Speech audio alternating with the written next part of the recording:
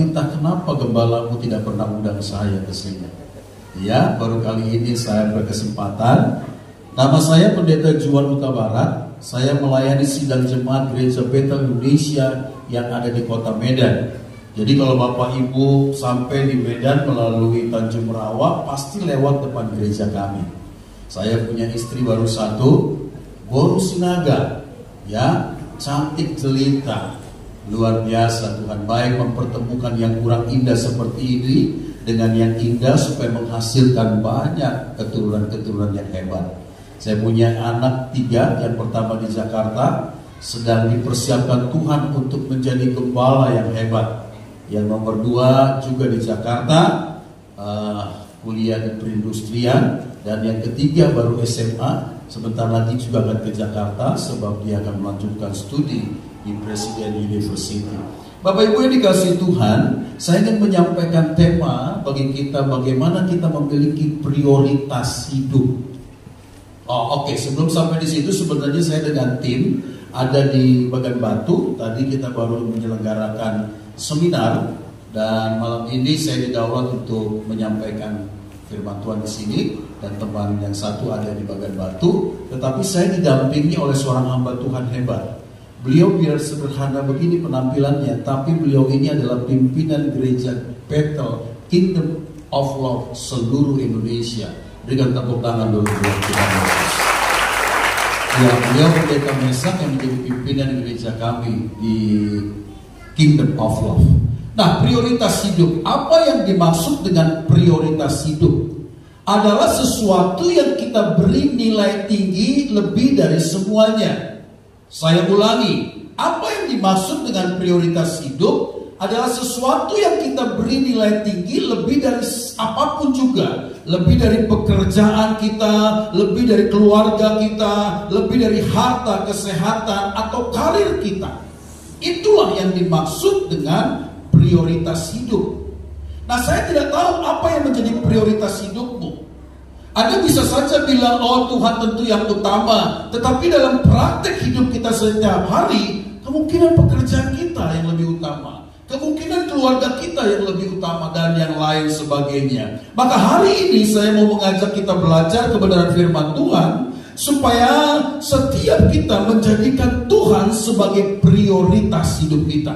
Sebagai dasar pemberitaan firman Tuhan, saya ingin mengajak kita untuk melihat Alkitab kita dalam Injil Matius pasal 26 ayat 6 sampai dengan ayatnya yang ke-13 dengan judul perikop Yesus diurapi. Demikian firman Tuhan. Ketika Yesus berada di Betania di rumah Simon si kusta, datanglah seorang perempuan kepadanya membawa sebuah buli-buli pualam berisi minyak wangi yang mahal. Saya harus pakai nada begitu supaya ini bukan sekedar mahal, tetapi mahal. Minyak itu dicurahkan ke atas kepala Yesus yang sedang duduk makan. Melihat itu murid-muridnya gusar dan berkata, untuk apa pemborosan ini? Sebab minyak itu dapat dijual dengan mahal dan uangnya dapat diberikan kepada orang-orang miskin. Tetapi Yesus mengetahui pikiran mereka lalu berkata, mengapa kau menyusahkan perempuan ini? Sebab ia telah melakukan suatu perbuatan yang baik padaku. Karena orang-orang miskin selalu ada padamu, tetapi aku tidak akan selalu bersama-sama kamu. Sebab dengan mencurahkan minyak itu ke tubuhku, ia membuat suatu persiapan untuk penguburanku. Aku berkata kepadamu, sesungguhnya di mana saja Injil ini diberitakan di seluruh dunia, terima kasih, apa yang dilakukannya ini akan disebut juga untuk mengingat dia. Puji Tuhan. Nah, perhatikan Bapak Ibu, saya ingin membawa kita kembali untuk melihat bagaimana peristiwa seorang wanita yang mencurahkan minyak narwastu ke kepala Yesus. Kebiasaan pada zaman itu dalam perjamuan makan, tidak ada wanita yang diikut sertakan makan bersama dengan pria. Itu pantang, itu gak boleh. Nah, para wanita keluar masuk ruangan hanya untuk melayani para pria yang sedang makan. Maka dalam Injil lain dijelaskan, wanita itu bernama Maria yang adalah saudara Lazarus dan Marta. Dia belum menikah dan berasal dari keluarga yang cukup kaya. Nah, yang menarik perhatian di sini adalah tiba-tiba Maria masuk membawa sebuah buli-buli pualam. Lalu apa yang dilakukan? Dia berjalan menuju ke belakang Tuhan Yesus. Kemudian Maria memecahkan buli-buli pualam tersebut dan menuangkan minyak yang ada di dalam buli-buli itu ke atas kepala Yesus. Jadi kalau saya beri contoh, dia sebenarnya ini Yesus sedang menghadap ke sana. Coba kamu menghadap ke sana. Ya, Yesus sedang menghadap ke sini, tetapi wanita itu tiba-tiba datang dari belakang, memecahkan buli-buli itu dan menuangkan minyak ke atas kepalanya. Saudara sekali dikasih oleh Tuhan, tentu saya percaya Yesus pun kaget dengan peristiwa itu. Ya, terima kasih ya. Oke. Nah, ada seorang murid Yesus yang bilang gini, kenapa sih minyak yang mahal begitu dituangkan di atas kepala? Kan seharusnya bisa dijual dan uangnya dibagi-bagi kepada orang miskin. Sebenarnya apa yang dikatakannya ini bagus. Apa yang dikatakannya ini sebenarnya dia mempunyai kepedulian terhadap orang miskin. Tetapi sesungguhnya Judas yang ngomong begini adalah orang yang serakah, rakus, dan ingin mengambil keuntungan sebanyak-banyaknya. Saudara, minyak darwastu murni itu adalah sesuatu yang mahal. Itu mungkin adalah kerja seorang yang memiliki gaji setahun lamanya. Dia kumpulkan dan hanya untuk menuangkan di kepala Yesus. Maka Bapak Ibu yang dikasih Tuhan, perhatikanlah apa yang Yesus katakan. Para murid Tuhan justru menjadi marah melihat peristiwa itu. Peristiwa yang diperbuat Maria. Ini Yudas ya, yang saya katakan tadi seolah-olah seperti orang baik, orang peduli terhadap orang miskin, padahal sebenarnya dia orang yang rakus dan ingin mengambil keuntungan sebanyak-banyaknya. Bapak Ibu yang dikasih Tuhan, dari pelajaran ini, dari peristiwa ini kita mendapatkan, memetik pelajaran yang pertama, bahwa kita harus dengan sungguh-sungguh melakukan yang terbaik bagi Tuhan. Sebab apa yang kita perbuat bagi Tuhan tidak akan pernah menjadi sia-sia. Katakan amin. Tidak pernah menjadi sia-sia. Nah, pelajaran yang ditarik itu, orang yang menganggap sesuatu bagi Tuhan sebagai pemborosan adalah orang yang pasti tamak. Saya ulangi, orang yang memikirkan atau melihat seseorang memberikan sesuatu bagi pekerjaan Tuhan dan dia bilang itu adalah pemborosan, itu adalah sesuatu yang terlalu dibuat-buat, ini adalah orang yang tamak. Bapak Ibu yang dikasih Tuhan, mereka gagal untuk mengerti berapa nilai yang layak bagi Tuhan. Saudara, apa sih sebenarnya dalam hidup kita yang kita punya ini layak kita persembahkan kepada Tuhan? Gak ada, Bapak Ibu. Gak ada. Bahkan seluruh apa yang kita punya, kita berikan kepada Tuhan pun itu tidak ada nilainya. Kecil sekali. Nah, yang harus kita lakukan adalah kita harus memberi yang terbaik. Do your best. Tuhan Yesus membela Maria dan berkata bahwa Maria telah melakukan apa yang terbaik baginya. Dari perkataan Yesus tersebut kita bisa melihat 3 prinsip. Yang pertama, tidak ada yang sia-sia bila kita mengerjakannya untuk Tuhan. Maka semua tindakan yang dimotivasi oleh cinta kepada Tuhan itu pasti akan membuat Tuhan terkagum olehnya. Ya, tidak ada yang sia-sia. Coba next slide, saya mau jelaskan tentang peristiwa ini. Kalau Bapak Ibu membaca di Google, Anda searching di Google, ada seorang yang bernama Jim Elliot. Jim Elliot ini digelari sebagai Man of Valor, ya, seorang misionaris yang mati martir. Jadi dia punya teman-teman itu, ya, selalu membawa sebuah pesawat kecil, pesawat capung. Tapi dia harus melintasi gunung, daerah-daerah yang berbahaya hanya untuk memberitakan Injil kepada orang-orang yang ada di daerah terpencil. Ya, nah ini sebenarnya adalah sesuatu tindakan yang berbahaya. Tetapi dia berani lakukan itu, dia berani mengerjakan itu untuk satu hal, bahwa apa yang dilakukannya itu karena kecintaannya kepada Tuhan. Saya percaya kalau kita tidak memiliki cinta kepada Tuhan, kita tidak akan berani melakukan tindakan-tindakan seperti ini. Kalau Anda baca lagi ya di Google, Anda cari, ada seorang pilot muda, ini seorang wanita cantik, seorang yang bergelar PhD cum laude, PhD dengan gelar lulusan terbaik. Tetapi akhirnya dia memutuskan, dia seorang IT, dia memutuskan untuk menjadi seorang pelayan yang memberitakan Injil yang ada di tengah-tengah orang Papua. Nah, sekali waktu ketika dia membawa pesawat untuk membawa makanan bagi penduduk di satu pulau terpencil di Papua, akhirnya pesawatnya itu jatuh.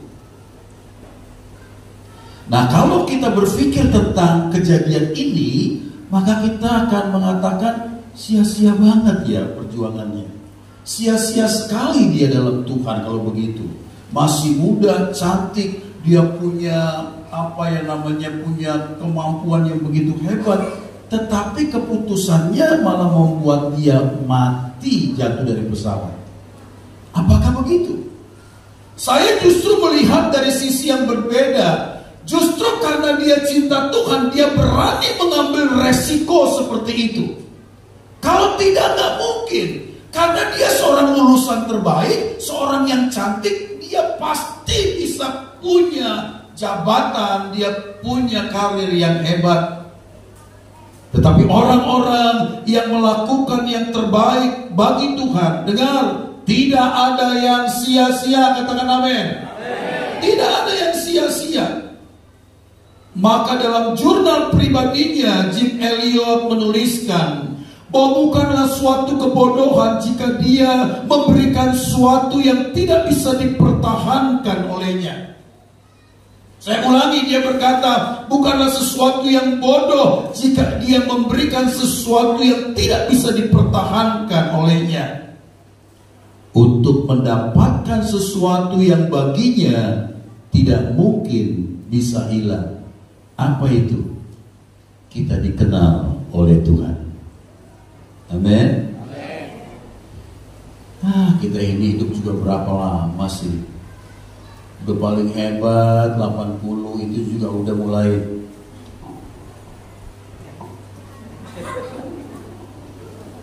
Isel.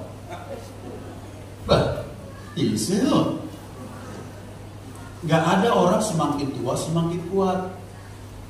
Gak ada orang semakin tua semakin sehat. Betul?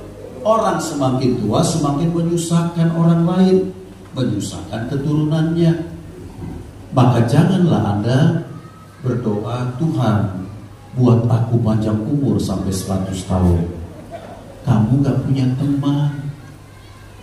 Saya kenal ada hamba Tuhan, dia bilang begini, dia di belakang mimbar, dia bilang di tengah-tengah jemaatnya, saya akan tetap menjadi gembala dan melayani sampai umur 100 tahun.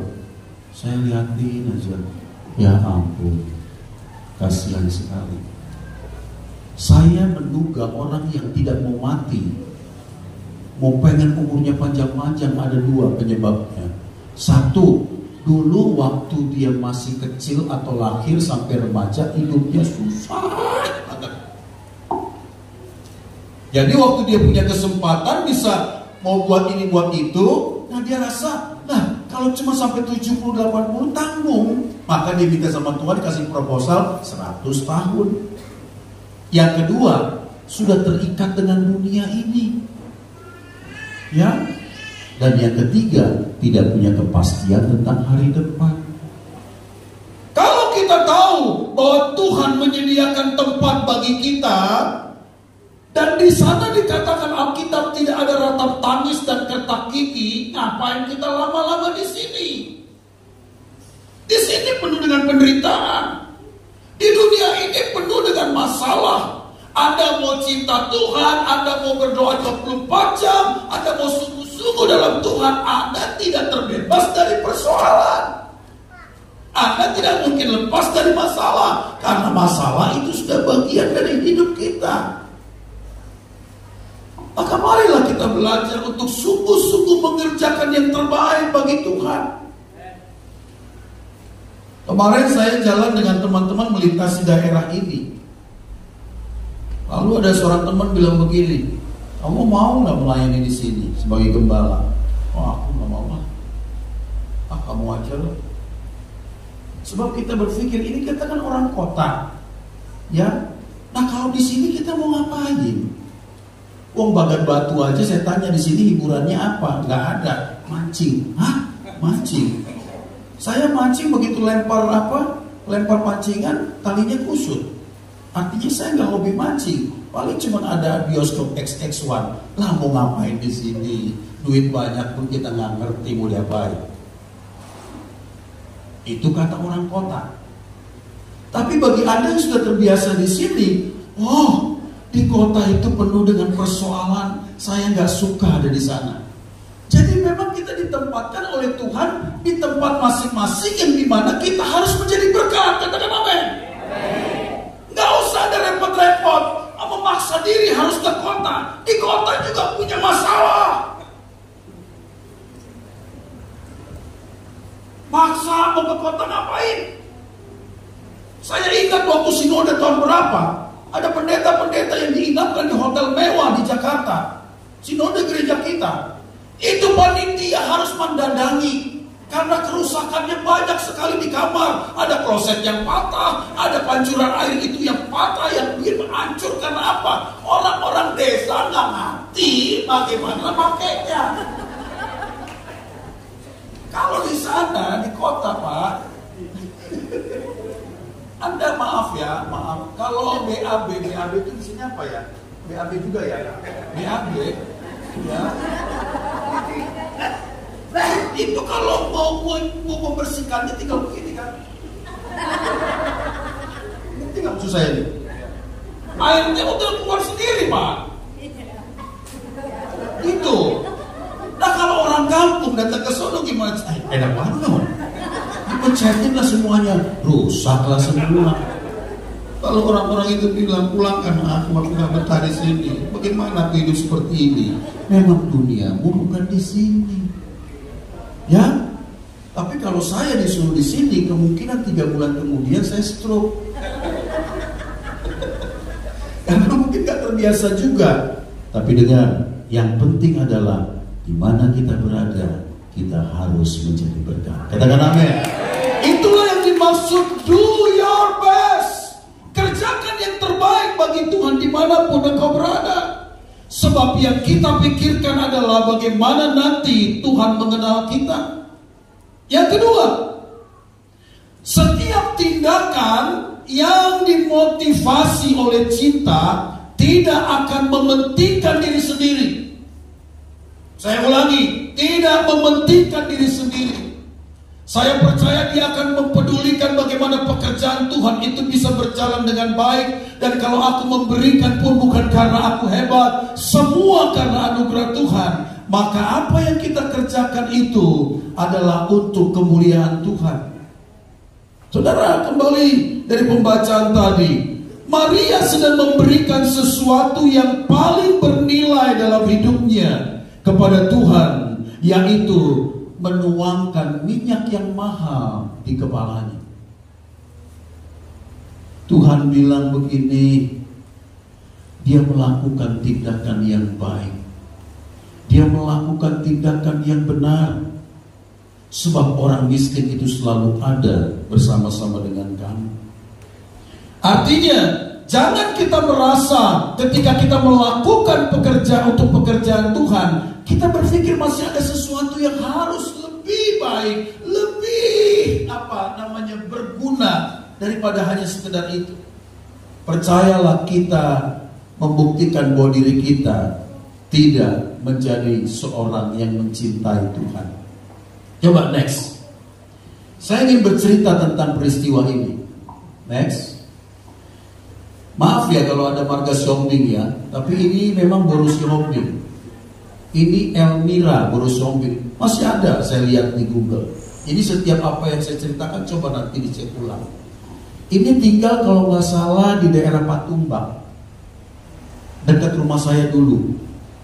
Jadi dia ini seorang yang ibu rumah tangga yang punya anak kecil, ya, punya anak kecil. Lalu entah kenapa rumahnya ini terbakar. Saya lupa peristiwa yang menyulut terbakarnya rumah ini.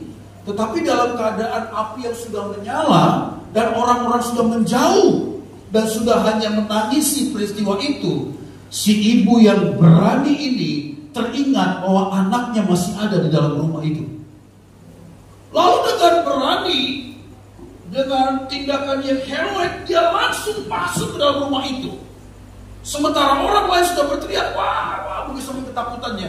Ini ibu dengan berani masuk ke dalam dan mengambil anak itu, memeluknya, dan dia kembali melewati api yang besar itu sampai tubuhnya terbakar hanya untuk menyelamatkan siapa? Anaknya. Saudara, saya berpikir gini, tindakan seperti ini tidak mungkin akan dilakukan bila dia tidak punya cinta yang sungguh kepada siapa yang ditolongnya. Saya sekali waktu dalam perjalanan menuju kemana saya lupa, entah ke Manado, entah ke Jakarta dengan kapal laut itu di tengah malam, saya berdiri di pinggiran kapal, lalu saya berpikir begini, seandainya aku jatuh dari kapal ini, seandainya anakku jatuh dari kapal ini, apa yang kulakukan? Maka aku dengan segera akan mencari skoci, melemparkannya untuk menolong dia. Kalau tidak ada skoci, saya akan berjuang bagaimana untuk bisa menghentikan kapal itu. Kalau tidak, mungkin dengan nekat saya terjun ke dalam laut itu untuk menolong anakku.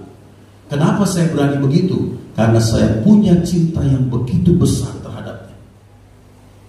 Saudara, orang-orang yang tidak memiliki cinta yang sungguh kepada Tuhan, dia tidak mungkin melakukan tindakan seperti Maria. Pasti hitung-hitungan. Saya nggak tahu di sini, mudah-mudahan tidak sama seperti yang saya alami. Karena yang ku tahu orang Batak itu, maaf ya, Anda jangan marah dengan saya karena saya orang Batak. Kalau bapak itu yang khotbah seperti ini, marahin dia, karena dia bukan orang Batak. Aku orang Batak. Anda gak usah marah dengan saya. Orang Batak itu kalau gak bertobat, dengar susah diatur, medit nauzubillah, persembahannya 2.000, mau dapat pelayanan VVIP. Setengah mati loh melayani orang Batak itu. Saya ini gembalanya orang Batak. Sudah 23 tahun, 22 tahun saya melayani orang Batak. Orang Batak itu susah dijamah. Susah. Sampai saya kadang-kadang bilang, Tuhan mau saya apakan orang-orang ini Tuhan? Kok persembahannya 2.000 gitu loh. Di sini persembahan berapa ya Pak Gembala? Berapa? Bilang saja. Sama 2.000? Hah? 5.000? Oh agak lumayan. Puji Tuhan. Kalau di sana udah kota besar Medan, masih kita kumpulin duit 2.000 perak. Sampai pernah sekali waktu saya nekat, saya buat di gereja spanduk besar, gereja ini tidak menerima persembahan 2.000 rupiah. Bayangkanlah, saking saya sudah stres mau bikin apa. Begitupun tetap aja 2000 dalam hatinya Pak Joko di sini. Susah Pak. Tersinggung sedikit, marah.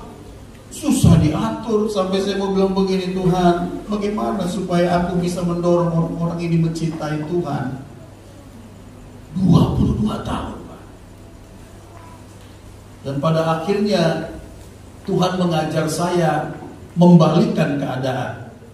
Saya nggak menuntut mereka untuk habis-habisan mencintai Tuhan seperti yang saya mau, tetapi harus dimulai dengan diri saya dulu.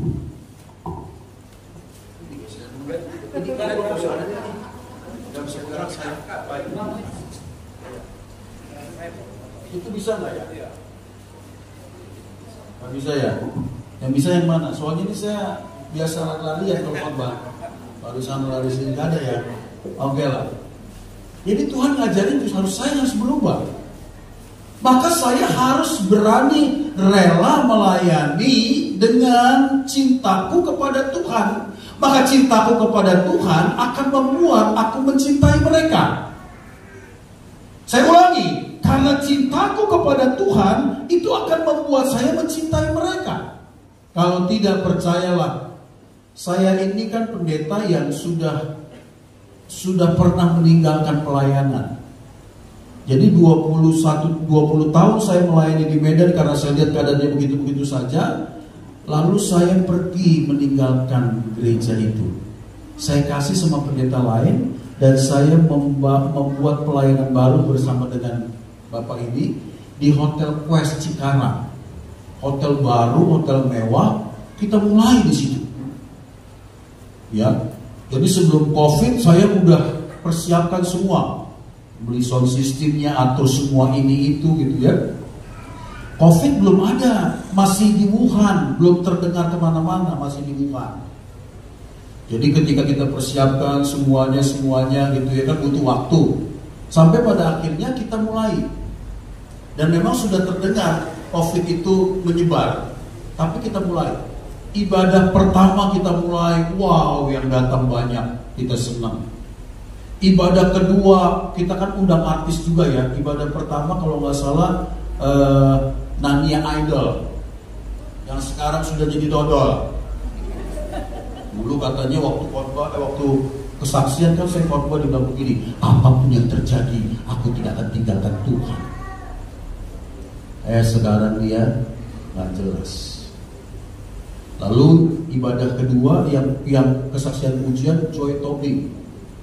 Ya, Joy Tobing. Wah, yang datang banyak. Ibadah minggu ketiga itu sudah Covid merajalela di mana-mana. Merajalela di mana-mana. Lalu artis yang kita undang bilang begini, Pak Pendeta, kita nggak bersedia datang karena Covid sudah sangat mengerikan. Sejak saat itu kita tidak bisa menyelenggarakan ibadah. Kita tunggu sampai 1 tahun 3 bulan, Covid gak usai-usai. Itulah yang membuat saya kembali ke kota Medan. Udah habis-habisan, udah seperti digebugin. Dan kembali sejak saat itulah saya memiliki komitmen akan terus menyelesaikan pelayanan di kota Medan sampai saat dimana saya bisa menyerahkannya kepada yang lain.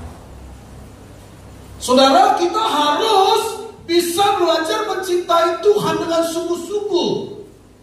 Dan kalau dimulai dari kita, maka kita bisa menjadi berkat yang akan membawa orang lain pun memiliki cinta yang sama. Kalau kita memiliki cinta seperti Elmira Sihombing ini, saya percaya kita akan berani melakukan tindakan-tindakan yang dalam tanda petik orang bilang ini gila. Tetapi itulah yang dihargai Tuhan. Coba next. Kalau Anda melihat ayam dengan ular kobra, kira-kira yang menang siapa kalau bertarung? Ya pasti ular kobra. Tetapi ayam ini dengan berani, dia melawan, dia bertarung dengan ular kobra hanya untuk menyelamatkan anak-anaknya. Dan akhirnya kita tahu bahwa ular kobra itu pergi meninggalkan karena keberanian sang betina untuk terus bertarung menyelamatkan anak-anaknya. Dari hal ini saya mau katakan Bila kita dengan sungguh-sungguh memiliki cinta kepada Tuhan, kita akan berani melakukan tindakan-tindakan yang hebat. Amin. Apapun itu, Tuhan sedang tempatkan kau di sini. Ada hal-hal yang hebat yang kau bisa kerjakan kalau engkau sungguh-sungguh mencintai Tuhan. Yang berikutnya, ini yang terakhir. Saya ingin mengajak kita melihat bagian yang ketiga. Tindakan yang dimotivasi oleh cinta kepada Kristus akan menghasilkan nilai yang kekal. Sekali lagi, tindakan yang dimotivasi oleh cinta kepada Kristus akan menghasilkan nilai yang kekal. Ayat yang ke-9 berkata, aku berkata kepadamu, sesungguhnya di mana saja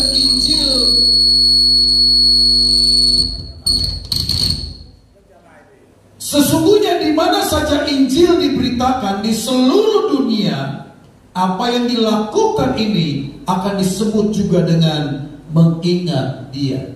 Saya ingin mengajak kita melihat bagaimana keteladanan seorang Rasul Paulus.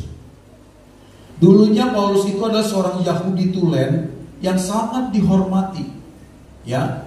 Tetapi dalam perjalanan ke Damaskus, dia ditangkap oleh Tuhan. Itu menjadi titik balik dia untuk menyerahkan diri kepada Tuhan dan melayani Tuhan. Lihat, setelah dia menjadi pemberita Injil Kristus, yang saya coba inventarisir, yang saya coba catat, peristiwa-peristiwa yang dialami Paulus itu sangat-sangat menyedihkan. Dia pernah karam kapal, dia pernah kelaparan karena tidak ada makanan, dia pernah kedinginan karena tidak ada pakaian, dia pernah dipermalukan sampai pada akhirnya dia dipenjarakan. Tapi dengar, sekalipun saya tidak pernah dengar terucap dari mulut Paulus dia berkata, aku menyesal melayani Tuhan, aku menyesal menyerahkan diri kepada Tuhan. Tidak. Dalam keadaan dia di penjara pun, Paulus masih bisa menuliskan surat kepada jemaat di Filipi yang temanya bersukacitalah. Anda tahu kenapa dia bisa mengalami hal ini? Karena dia sungguh-sungguh tahu akan apa yang dia kerjakan, dia akan mengalami perjumpaan dengan Tuhan. Jadi apa yang kita kerjakan bagi Tuhan kita harus ingat, ya, ada hari akhir di mana Tuhan akan mengatakan kepada kita, aku mengenal engkau hambaku yang baik dan setia, masuklah dalam keabadian bersama dengan Tuhan. Saudara, apakah itu tidak menjadi kerinduan kita? Sekalipun kita hebat, sekalipun kita kaya, tapi kalau kita tidak punya kecintaan kepada Tuhan, dan pada akhirnya Tuhan berkata, enyahlah kau pembuat kejahatan, aku tidak mengenal engkau. Apa artinya semua yang kita raih? Kita harus belajar dengan sungguh-sungguh mencintai Tuhan. Sampai pada akhirnya kalau kita pulang, Tuhan berkata, aku mengenal engkau, hambaku yang baik dan setia. Wow. Bukankah kalimat itu seharusnya yang menjadi kerinduan kita? Dan itulah yang mendorong kita mengerjakan hari ini habis-habisan bagi Tuhan. Amin. Saya tidak tahu situasi apa yang Anda hadapi di wilayah ini, di daerah seperti ini. Saya tidak tahu. Tapi yang saya tahu, di setiap daerah itu punya masalah sendiri-sendiri. Saudara, kerjakanlah bagianmu dengan baik. Biarlah kita harus dengan sungguh-sungguh mencintai Tuhan. Mencintai Tuhan. Percayalah, kalau kita mencintai Tuhan, Tuhan akan berkati hidup kita. Kalau Tuhan memberkati kita, Dia bukan memberkati satu dua aspek, tapi seluruh aspek hidup kita. Maka hari ini kita harus belajar untuk berani mengerjakan, melakukan apa yang membuat Tuhan dipermuliakan. Mengakhiri khotbah ini, saya ingin menyampaikan satu kesaksian bagi kita. Ya, Bapak Ibu, kalau kita dengan sungguh-sungguh menghargai Tuhan, seperti tindakan yang dimiliki oleh Maria, pasti Tuhan akan memberkati kita. Kesaksian dari seorang David Flood and Swiss itu begini, ceritanya begini. Mereka ini seorang misionaris yang ditempatkan ke satu daerah di Afrika, di pedalaman. Jadi waktu mereka melayani di sana, mereka langsung ditolak oleh kepala sukunya. Tidak boleh mereka bersentuhan dengan suku mereka di situ. Lalu akhirnya mereka ini menyingkir agak jauh dari kediaman suku itu dan membangun sebuah rumah sederhana sekali. Rumah sederhana sekali. Tidak lama kemudian istrinya melahirkan, tetapi anaknya itu meninggal karena terkena penyakit apa begitu ya. Lalu tidak lama kemudian istrinya pun meninggal karena mengidap penyakit, kalau nggak salah terserang malaria atau apa begitu. Lalu dalam keadaan dia stres, dia berkata kepada Tuhan, Tuhan apa yang harus kulakukan di tempat seperti ini? Ada anak kecil dari suku itu yang gak boleh dikunjungi, gak boleh mereka bersentuhan. Itu setiap hari datang ke tempat penginjil misionarisnya itu. Dia bawa makanan, dia bawa minuman, dia berkomunikasi. Nggak ngerti bahasanya, cuma komunikasi. Bahasa bahasa Tarsan gitu. Lalu misionaris bilang gini, Tuhan, aku jauh-jauh dari negeriku ke tempat ini. Hanya satu orang anak kecil yang kujumpai dan setiap hari kami bercakap-cakap dengan tidak tahu apa artinya, hanya gerakan tubuh. Lalu dia bilang begini, pokoknya mulai sekarang aku akan kembali ke negeriku. Lalu dia kembali ke negerinya. Ya, waktu dia kembali ke negerinya, dia menjadi peminum berat. Misionaris ini, karena dia kecewa dengan peristiwa itu, dia mabuk, dia minum minuman. Akhirnya sekali waktu dia mendengar ada sebuah KKR besar di negara itu. Yang khotbah adalah seorang Afrika. Ada orang yang bilang begini, cobalah kamu datang ke sana. Dia bilang begini, percuma saya melayani Tuhan, semuanya sia-sia. Ayolah datang. Lalu dia datang ke KKR itu.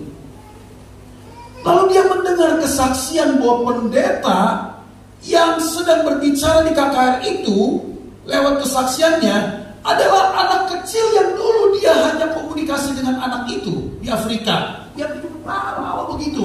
Dia ditangkap oleh Tuhan, dia dimenangkan oleh Tuhan, dia memberitakan Injil kepada suku itu dan semua menjadi Kristen. Lalu bapak itu berkata, rupanya setiap tindakan yang kulakukan dalam Tuhan tidak pernah sia-sia. Dengar, sekalipun dia harus menghadapi peristiwa yang menyakitkan, istrinya meninggal, anaknya meninggal, dia hanya komunikasi dengan seorang anak kecil dengan bahasa yang, tetapi Tuhan pakai peristiwa itu untuk menyelamatkan suku itu, dan dia menjadi pemberita Injil yang luar biasa. Itu pun Anda bisa lihat di Google. Ini sebuah kisah nyata yang saya mau katakan, kalau kita mencintai Tuhan, kita pasti akan diberkati Tuhan. Amin. Kita pasti akan diberkati Tuhan, dan setiap perbuatan kita akan diperhitungkan oleh Tuhan.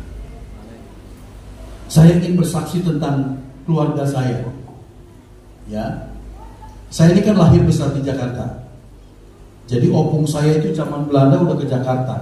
Jadi kami ini termasuk orang Batak pertama yang di Jakarta. Zaman Belanda kami sudah di sana. Papi mami kami, saya semua lahir di Jakarta.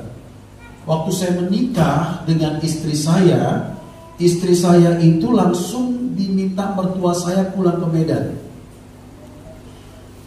Pertama dia balik lagi ke Jakarta. Yang kedua dikasih tiket lagi mertua saya, dia balik ke Medan dan dia nggak mau pulang lagi ke Jakarta. Lalu saya bilang, pulang mama. Saya baru punya anak kecil hari itu. Ya, pulang. Dia bilang begini, kalau kamu ke Medan, ya sudah kamu di Jakarta, aku di Medan. Wah, akhirnya saya putuskan, bayangkan baru punya anak kecil, ya, anak saya nomor 1 itu masih Atenang. Saya gendong-gendong, tiba-tiba dibawa pergi, nggak pulang-pulang. Saya putuskan, saya tinggalkan Jakarta, saya pergi ke Medan. Di Medan saya nggak tahu mau ngapain.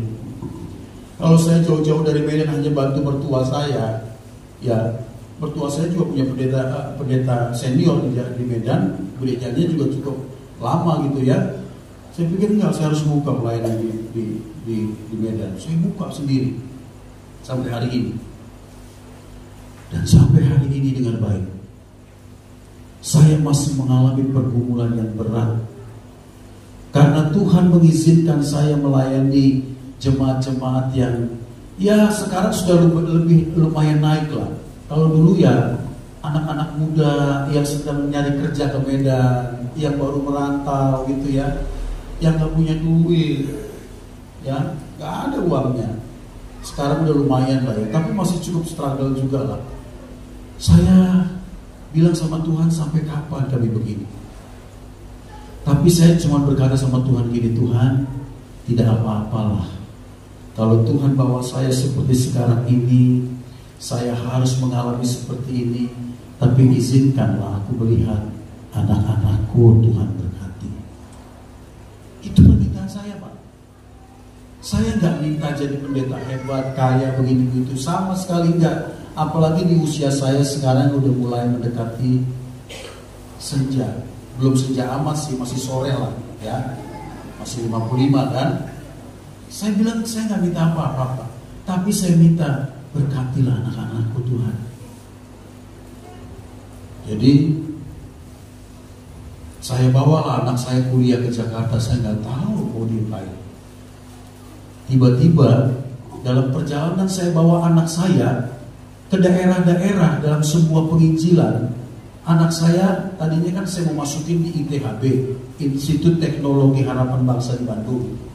Anak saya bisikan begini, Pak, aku mau sekolah teologi ya. Yang benar Bang. Ya, aku mau sekolah teologi ya. Lalu dalam perjalanan di mobil itu saya bilang, anakku tiba-tiba mau sekolah teologi ya. Itu teman-teman saya penginjil itu semuanya tepuk tangan. Wah, luar biasa. Mereka bilang luar biasa, saya stres berat. Karena kalau saya lapor kepada maminya, ini pasti marah berat. Karena tujuannya bukan begini, kenapa jadi pendeta? Kan bisa saja dipikir saya pengaruhi. Saya telepon maminya, benar dia nangis. Enggak. Kamu nggak boleh sekolah pendeta. Kamu pasti sedang dipengaruhi siapa ini? Enggak. Kamu harus gitu. Enggak, Mam. Aku harus jadi pendeta. Saya gemeteran hari itu dengarnya.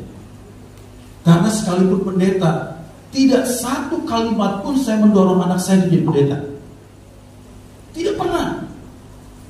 Ngapain anakku jadi pendeta kalau pendetanya cuma pendeta direcokin? Ya kan? Tapi ini keputusannya sendiri. Dan saya melihat betul sepanjang dia ada di Jakarta, dia membuktikan, dia bertanggung jawab terhadap keputusannya dengan dalam keadaanku yang tidak berdaya ini. Dia bilang begini, Papi tak perlu harus khawatir tentang hidupku. Aku akan mencukupi diriku sendiri. Wah, saya kaget. Jadi uang makan, uang kos, uang buku, uang semua muanya dia tanggung sendiri. Bahkan kemarin dia tidak bisa pulang Natal tahun baru.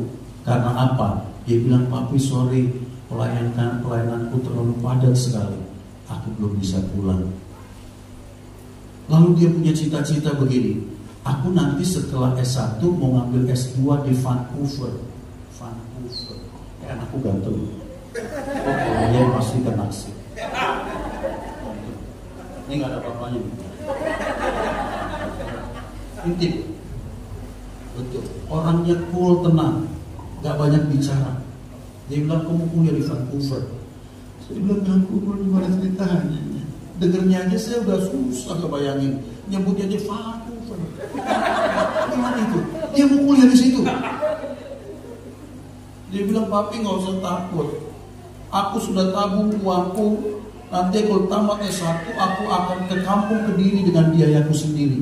Karena dia kan harus punya TOEFL bisa sampai 550 kan. Dan dia akan berangkat setelah itu. Saya bilang, Tuhan terima kasih. Inilah doaku itu. Makanya saya gak marah sama Tuhan. Karena Tuhan buktikan apa yang menjadi kerinduanku, Tuhan lakukan. Anakku yang nomor 2, dia kuliah di Jagakarsa. Dalam keterbatasanku saya hanya kasih uang 500.000 rupiah setiap bulan. Sampai teman-teman dia bilang begini, lu gimana ceritanya tiap bulan 500.000 begini? Dan dia tidak pernah ngomong sama saya tentang kesulitannya. Dia berjuang habis-habisan. Bahkan saya pernah dengar dari temannya, dia bersedia makan nasi pakai kerupuk. Saya menceritakan ini hampir menangis. Pakai kerupuk.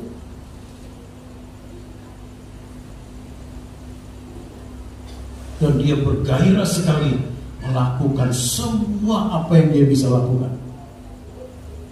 Yang nomor 3, anak saya ini membantu pelayanan saya di Medan. Orangnya agak tomboy.